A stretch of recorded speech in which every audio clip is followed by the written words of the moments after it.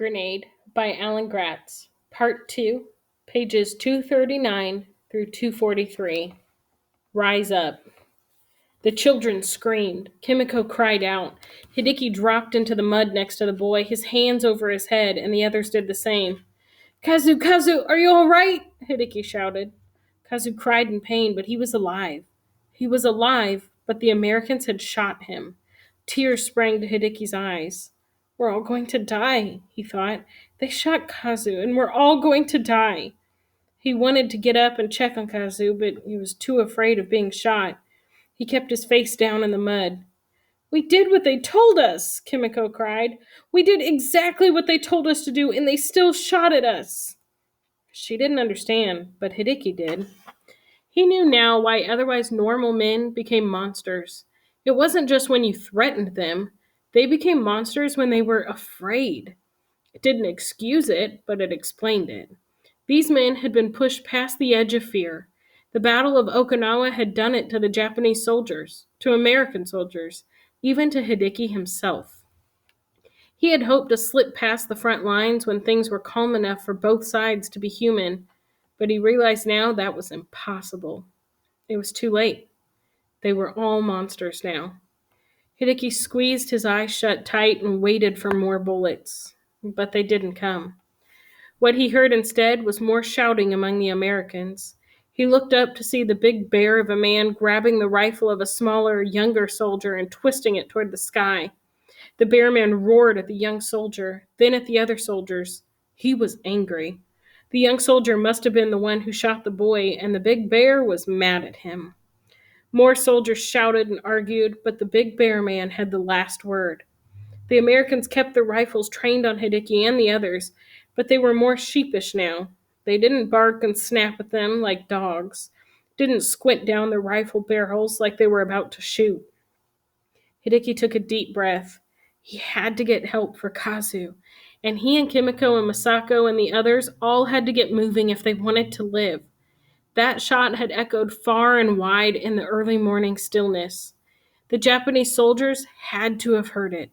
An infiltration squad could be here any moment, and then nothing the bearman said or did would save them. Hideki and the others would be caught in the middle of a gunfight. Slowly, fearfully, Hideki pushed himself up out of the mud and stood. Hideki, what are you doing? Kimiko cried. Naked, shivering, covered with mud, Hideki put his hands in the air again and stared at the big soldier. This was it. Neither of them needed to speak the same language to understand. There were only two ways this could end.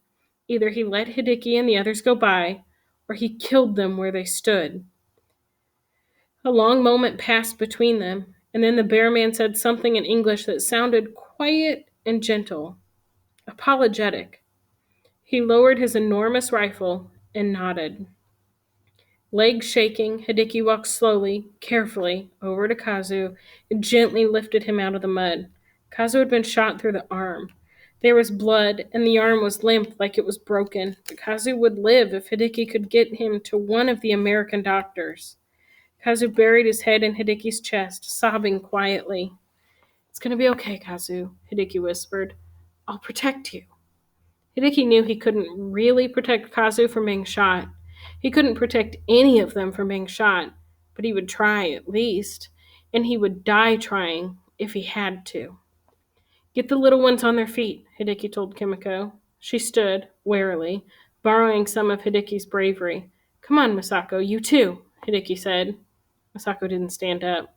They shot him, she said, staring at Kazu's injured arm. They'll shoot us too. They might, Hideki said, but there's nothing else we can do. Kimiko helped Masako up and held her hand.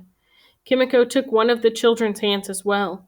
One by one, they took each other's hands, and the last of the children, clutching Hideki's arm so hard it started to go numb, forming a 10-person-long chain across the road. And then they began to walk. American soldiers still pointed guns at them, and one or two of the little kids backed up a step, still afraid of what these strangers might do. Don't run, Hideki told the children. Keep your eyes down. Don't do anything to make them think that you're a threat. They drew closer and closer to the Americans, to the barrels of the guns. The big bear man said something that carried a warning tone, and Hideki glanced up. But the bear man wasn't talking to the children. He was admonishing the other soldiers. Was he telling them not to shoot?